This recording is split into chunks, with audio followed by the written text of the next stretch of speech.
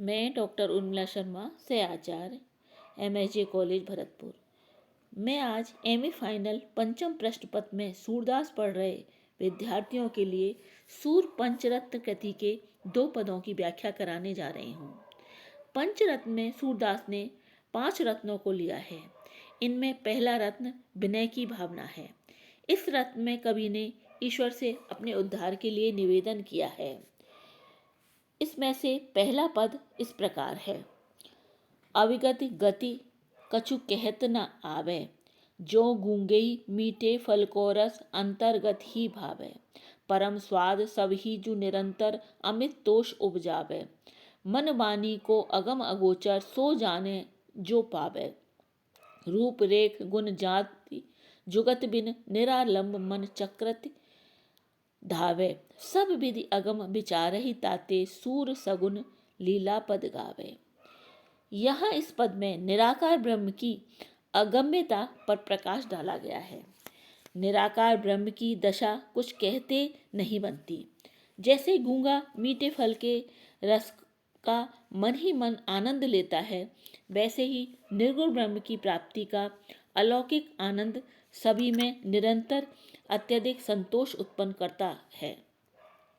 वह ब्रह्म मन तथा वाणी के लिए अगम्य तथा अगोचर है। उसे वही जानता है जो प्राप्त कर लेता है।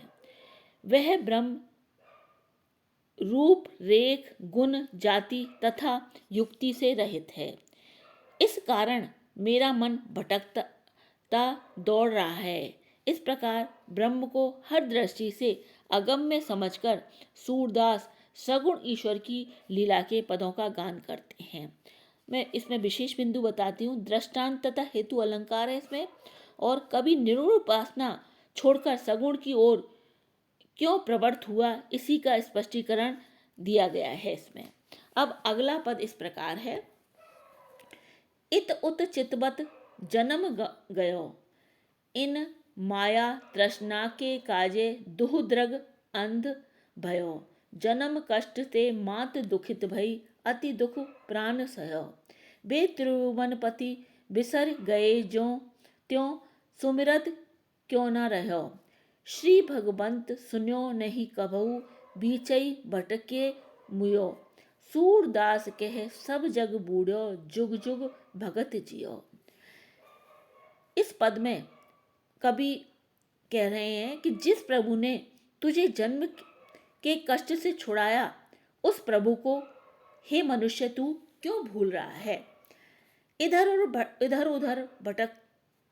उधर देखते हुए पूरा जीवन व्यर्थ ही गवा दिया। इस माया और तृष्णा के कारण ही तू 2 आंखें होते हुए भी अंधा हो गया। तेरे जन्म के कष्ट से माता दुखी हो गई और तेरे प्राणों ने भी अत्यंत दुख सहा।